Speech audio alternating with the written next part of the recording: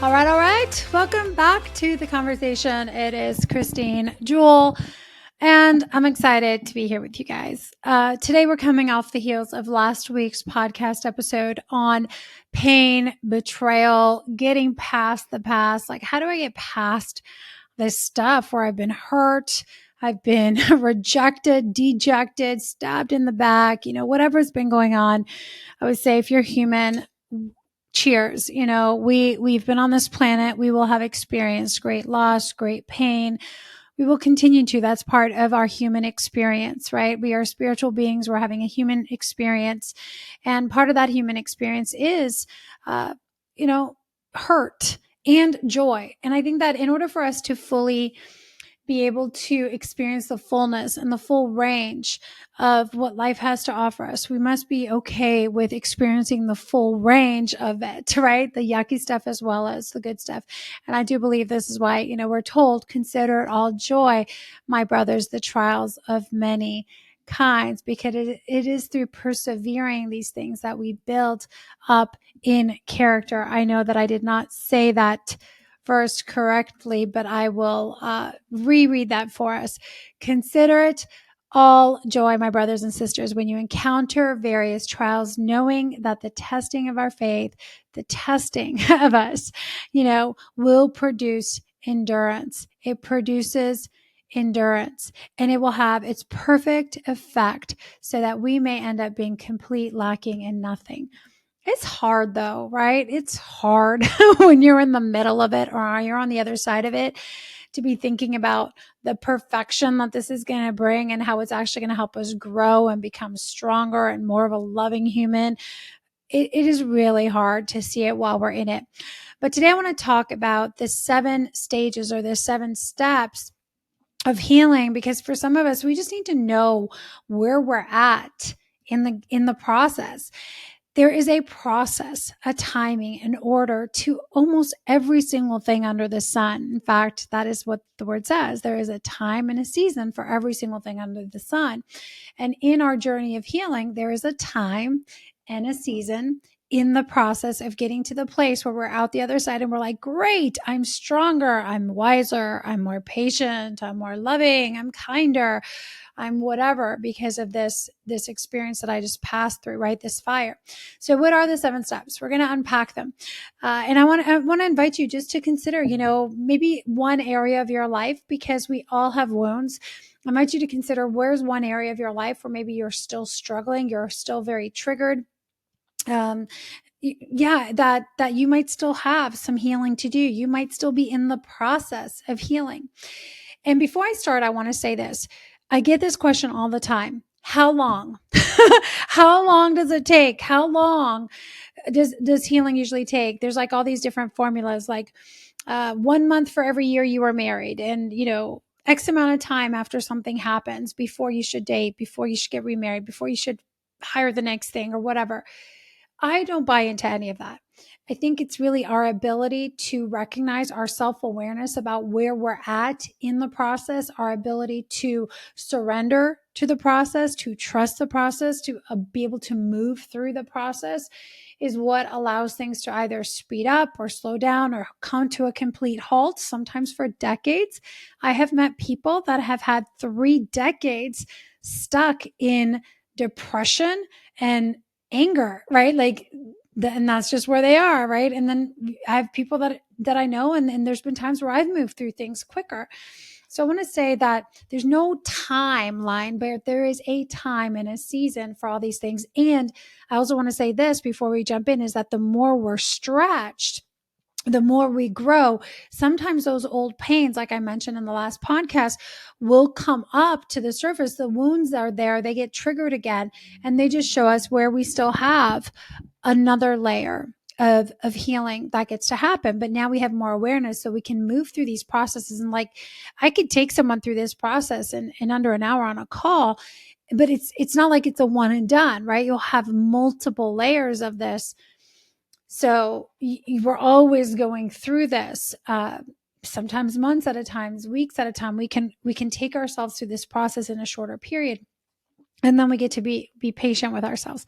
All right, let's dive in. Number 1, When something happens that just rattles us to the core, what is the first stage? The first stage is usually shock, denial, like, oh my God, no, this can't be happening. This cannot have just happened. What just happened? Holy Toledo, right? And so usually what happens, there is shock, right? At that initial trauma, talked about this last time. There's also denial, a lot of denial. Like, I don't want to see, I don't want to know, don't tell me, I don't want to know. We experience this when people we love get hurt, get sick, pass away, decide not to be in a relationship with us. When we receive news, something horrible happened. Maybe there's been somebody got cheated on, or somebody found some, betrayal inside of their company, or God knows, right? Money involved, like anything. So denial is stage one. Stage one is, so are you still in denial? And I know that when I'm working with someone that is just there, they're just refusing to, there's no way they're even moved on to acceptance, which is stages down the road. They're just in this space. And so the more we try to fight with them to be like, no, can't you see this is happening? It's like the more they will dig in, the more they will be in denial. They don't want to see, they're not ready. It's too much of a shock. So depending on how much of a shock it is to our system, will depend how long we stay in this place. The next stage is usually some sort of anger, right? The fire, the irritation, the inflammation. I talked about that again in the last episode when I was relating the healing to a physical wound. There's usually that inflammation. But anger, experiencing the anger at maybe the situation, anger at the person, anger at the people involved, anger at ourselves. Like, there's all these different layers of anger, which are actually really healthy part of the process. We need to get angry. We need to experience, let me choose a better word. We get to experience the emotion of anger rising, which shows us what's not okay, what wasn't okay for us, what was out of integrity, what was out of order, what did not meet our own standards, right? And sometimes we do. I've gotten angry at myself for going, how did I allow that to happen? Like, I'm angry that I didn't show up better in that relationship. I'm angry that I didn't see things. I chose to be blind. I chose to be deaf to the situation. I've been angry at other people or my staff. I've been angry that I haven't seen things that were happening inside of my team because I was so distracted with other things that I thought were more important. And I didn't see the things that were happening right under my nose, right?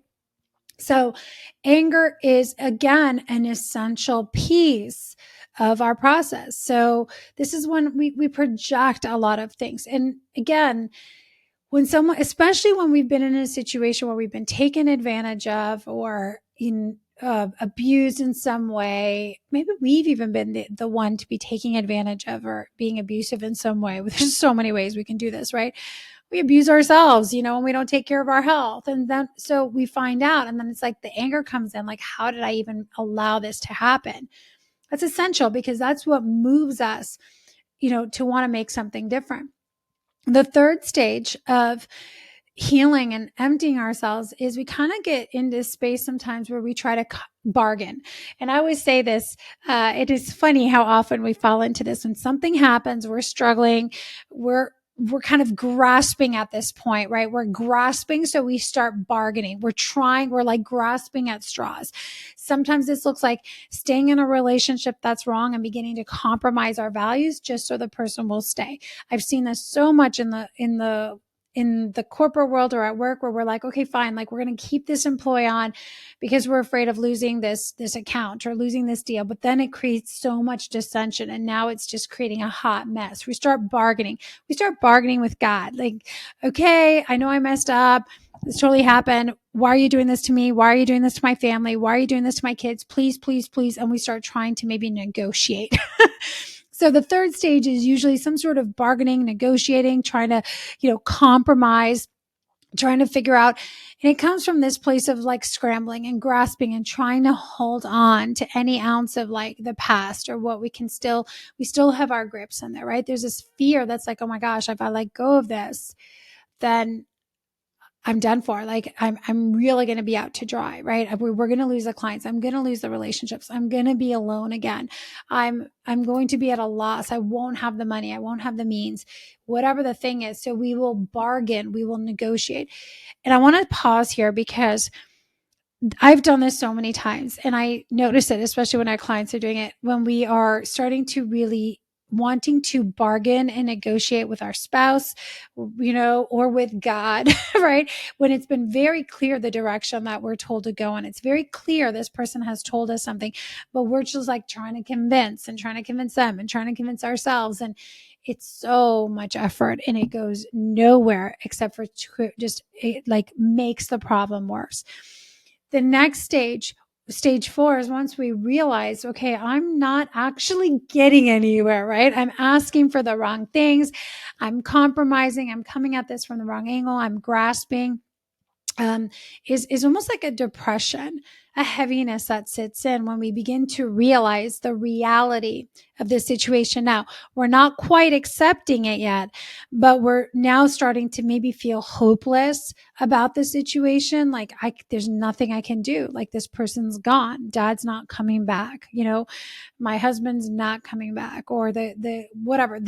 I did not make the team, right? The kids did not make the cut, or whatever it is.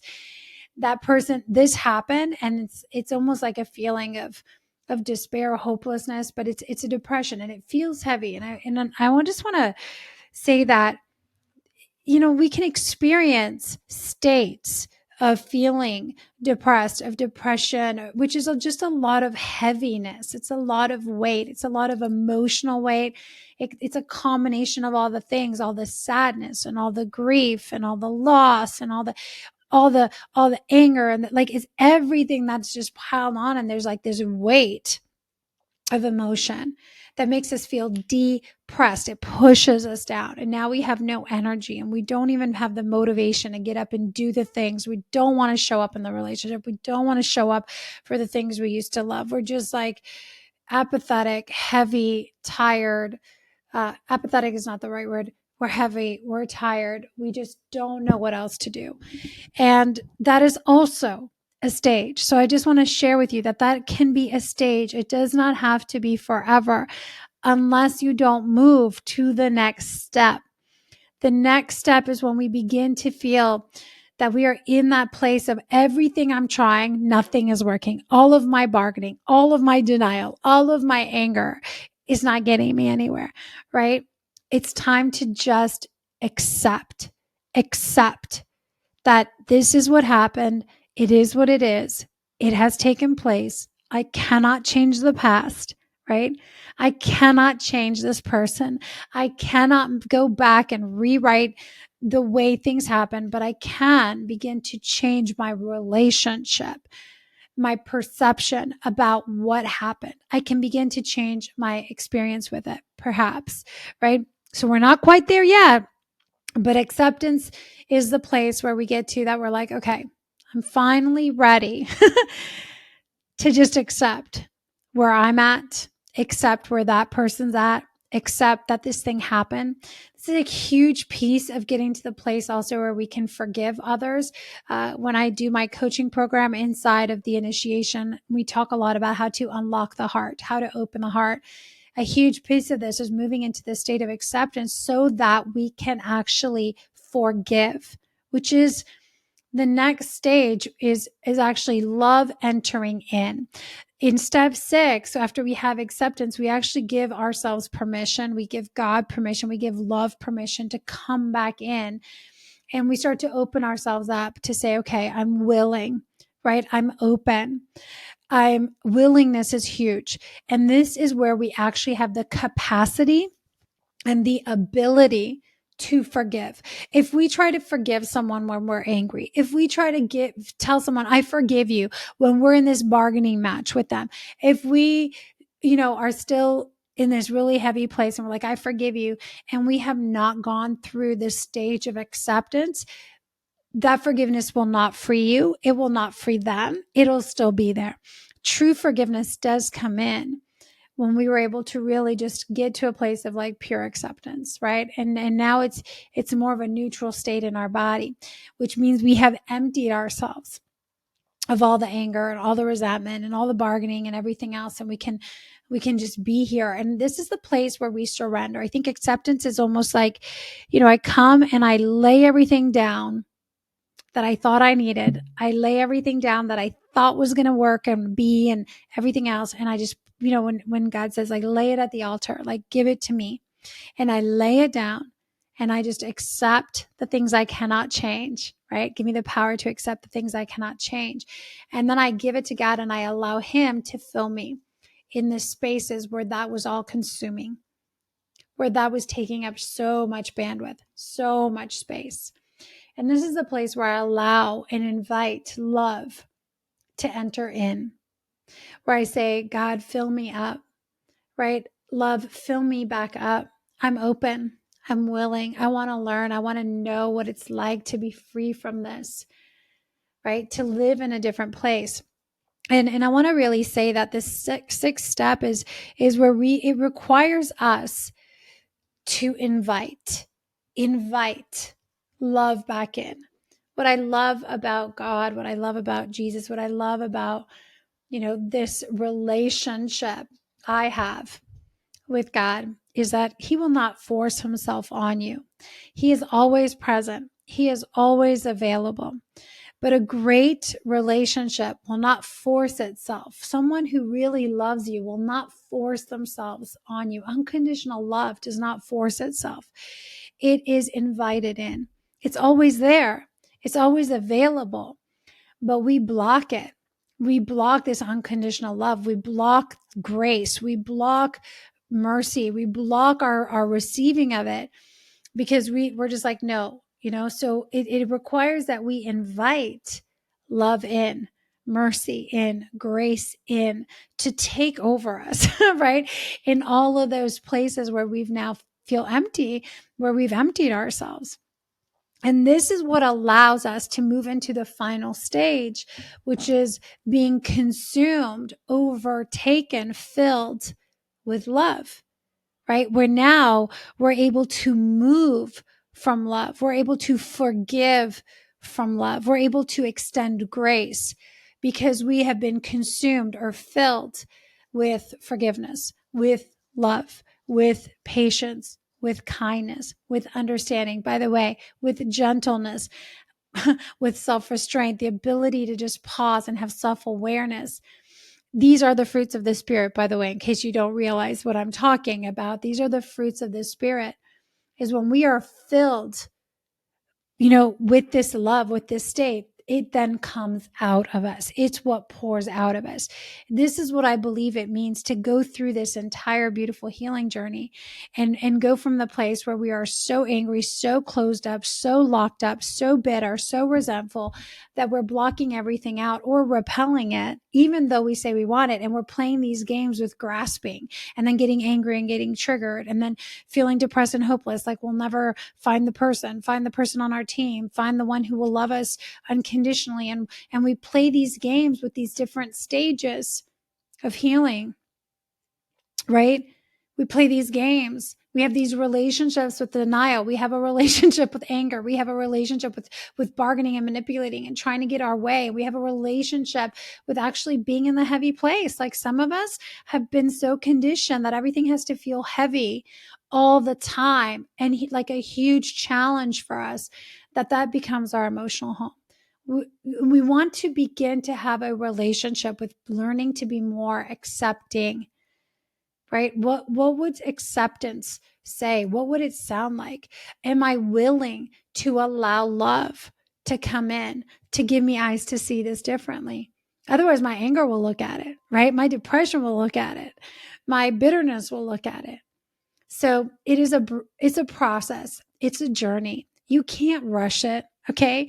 And I just want to, again, circle back where I started, that a lot of times we're going through these things. I'm working with clients on helping them overcome really difficult situations And again, whether it was a broken marriage, a broken partnership in business, a broken family dynamic between mother, father, or between parents, siblings. I mean, it's crazy how much brokenness there is. And at the end of the day, I really believe all of our problems, if you listen to this, all of our problems are relationship problems.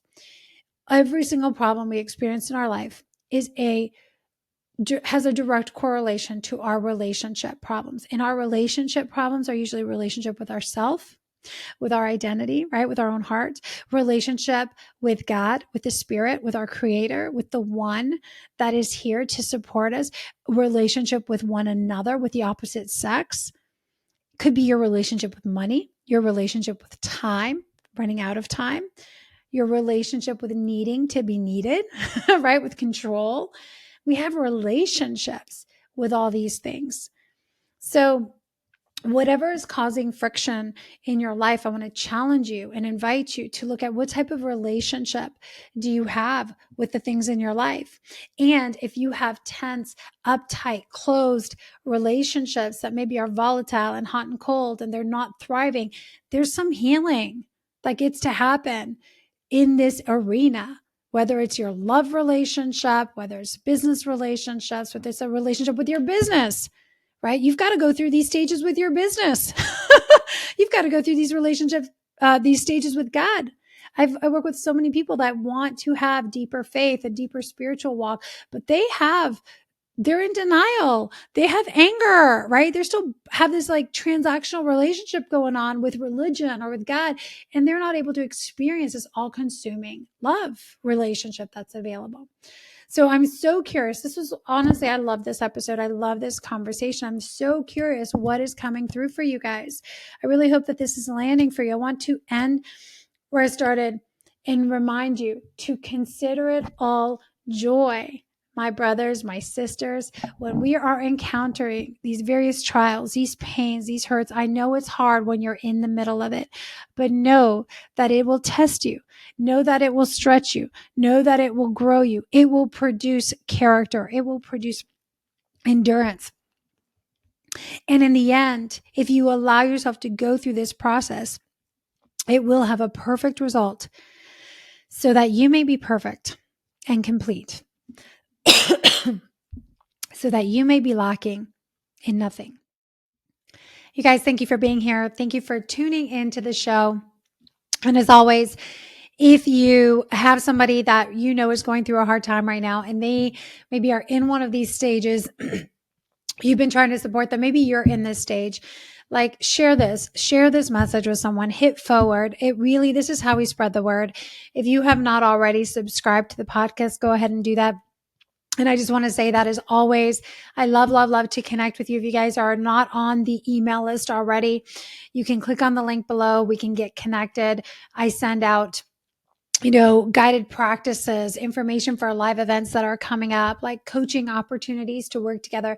So I really invite you to get connected into the world. I love to hear from you. Make sure you subscribe and follow. And just remember that it is all a process. Life is a process. God is a God of process. And every time we are in the process and we are just allowing ourselves to go through it and we can find joy in the process, that's when we get to really experience the fullness of life. You cannot experience unconditional love and pure joy if you have not felt the absence of it, right? That's why that void in our heart, it's meant to be filled. You know that once you've found it because you know what it's like to be without. You know what the opposite is. You'll know extreme joy because you know extreme sadness. You know extreme acceptance because you felt rejection. Like that is the beauty, is can I be someone that can hold space for the full range of what life has to offer me. And healing our brokenness is a huge, huge, huge piece of this. So I hope you enjoyed this show. Until next time, here's to loving fiercely, leading courageously. Make sure, if you have not done so, that you click on the link below, you get connected to us today, join the email list. And if you want to learn more about coaching, make sure that you check out the application to work with me. All right, bye for now. We will see you in the next episode. Thanks again for joining me in today's episode. It is my intention to bring you valuable, heart-shifting content every time that will upgrade your life. If you're a new listener, make sure you follow the podcast so you can stay up to date as future episodes roll out. And I invite you to head on over and join my free community, Warriors of the Heart, on Facebook. In there, you'll find bonus trainings, a game-changing assessment tool, and exclusive member-only offers. Until next time, warriors, here's to loving fiercely and leading courageously in the untamed life, the only life worth living.